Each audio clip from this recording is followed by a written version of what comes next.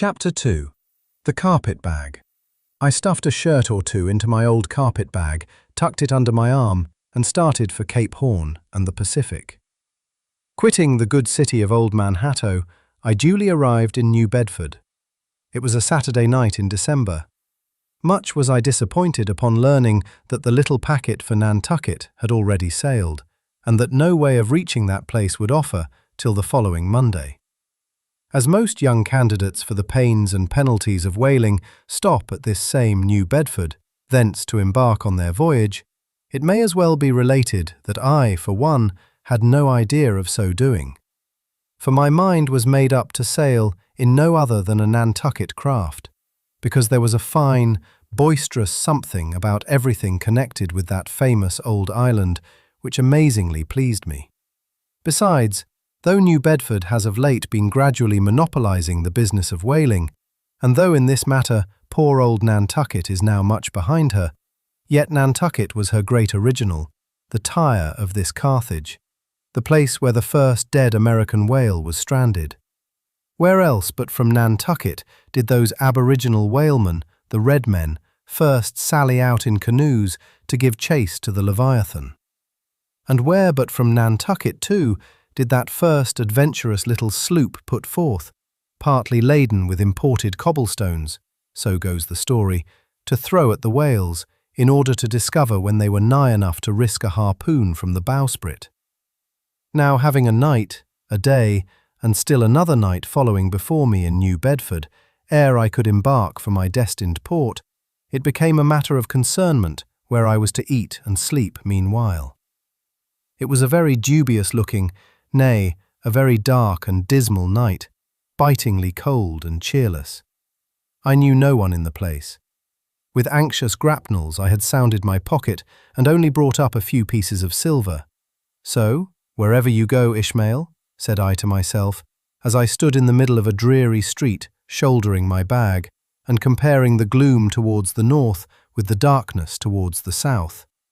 Wherever in your wisdom you may conclude to lodge for the night, my dear Ishmael, be sure to inquire the price, and don't be too particular.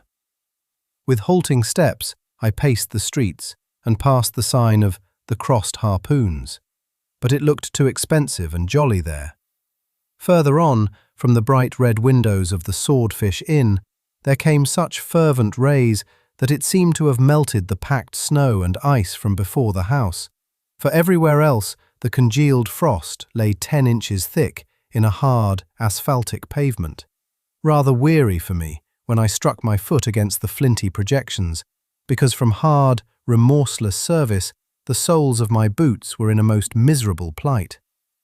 Too expensive and jolly, again, thought I, pausing one moment to watch the broad glare in the street and hear the sounds of the tinkling glasses within. But go on, Ishmael, said I at last. Don't you hear? Get away from before the door. Your patched boots are stopping the way. So on I went. I now, by instinct, followed the streets that took me waterward, for there, doubtless, were the cheapest, if not the cheeriest inns. Such dreary streets, blocks of blackness, not houses, on either hand, and here and there a candle, like a candle moving about in a tomb. At this hour of the night, of the last day of the week, that quarter of the town proved all but deserted.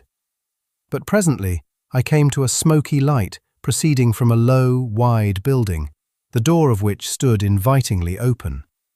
It had a careless look, as if it were meant for the uses of the public. So, entering, the first thing I did was to stumble over an ash box in the porch. Ha! thought I, ha! as the flying particles almost choked me. Are these ashes from that destroyed city Gomorrah? But the Crossed Harpoons and the Swordfish. This, then, must needs be the sign of the trap. However, I picked myself up, and hearing a loud voice within, pushed on and opened a second interior door. It seemed the great black Parliament sitting in Tophet. 100 black faces turned round in their rows to peer, and beyond, a black angel of doom was beating a book in a pulpit. It was a Negro church, and the preacher's text was about the blackness of darkness, and the weeping and wailing and teeth gnashing there. "Ha, Ishmael," muttered I, backing out. "Wretched entertainment at the sign of the trap." Moving on, I at last came to a dim sort of light not far from the docks, and heard a forlorn creaking in the air, and looking up, saw a swinging sign over the door with a white painting upon it, faintly representing a tall, straight jet of misty spray, and these words underneath: "The Spouter-Inn, Peter Coffin." Coffin? Spouter? Rather ominous in that particular connection, thought I. But it is a common name in Nantucket, they say, and I suppose this Peter here is an emigrant from there. As the light looked so dim, and the place for the time looked quiet enough, and the dilapidated little wooden house itself looked as if it might have been carted here from the ruins of some burnt district, and as the swinging sign had a poverty-stricken sort of creak to it, I thought that here was the very spot for cheap lodgings and the best of pea coffee. It was a queer sort of place, a gable-ended old house, one side palsied as it were, and leaning over sadly. It stood on a sharp, bleak corner, where that tempestuous wind Euroclydon kept up a worse howling than ever it did about poor Paul's tossed craft.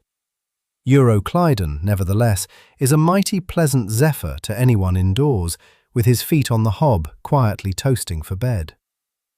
In judging of that tempestuous wind called Euroclydon, says an old writer, of whose works I possess the only copy extant, it maketh a marvellous difference whether thou lookest out at it from a glass window where the frost is all on the outside, or whether thou observest it from that sashless window where the frost is on both sides, and of which the white death is the only glazier. True enough, thought I, as this passage occurred to my mind, old black letter, thou reasonest well. Yes, these eyes are windows, and this body of mine is the house. What a pity they didn't stop up the chinks and the crannies, though, and thrust in a little lint here and there. But it's too late to make any improvements now. The universe is finished, the copestone is on, and the chips were carted off 1,000,000 years ago. Poor Lazarus there, chattering his teeth against the curbstone for his pillow, and shaking off his tatters with his shiverings, he might plug up both ears with rags and put a corncob into his mouth, and yet that would not keep out the tempestuous Euroclydon. Euroclydon, says old Dives, in his red silken wrapper. He had a redder one afterwards. Pooh, pooh! What a fine frosty night! How Orion glitters! What northern lights! Let them talk of their oriental summer climes of everlasting conservatories. Give me the privilege of making my own summer with my own coals. But what thinks Lazarus? Can he warm his blue hands by holding them up to the grand northern lights? Would not Lazarus rather be in Sumatra than here? Would he not far rather lay him down lengthwise along the line of the equator? Yea, ye gods, go down to the fiery pit itself in order to keep out this frost.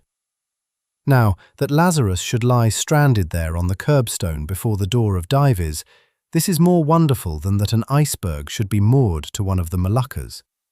Yet Dives himself, he too lives like a czar in an ice palace made of frozen sighs, and being a president of a temperance society, he only drinks the tepid tears of orphans. But no more of this blubbering now. We are going a-whaling, and there is plenty of that yet to come. Let us scrape the ice from our frosted feet and see what sort of a place this Spouter may be.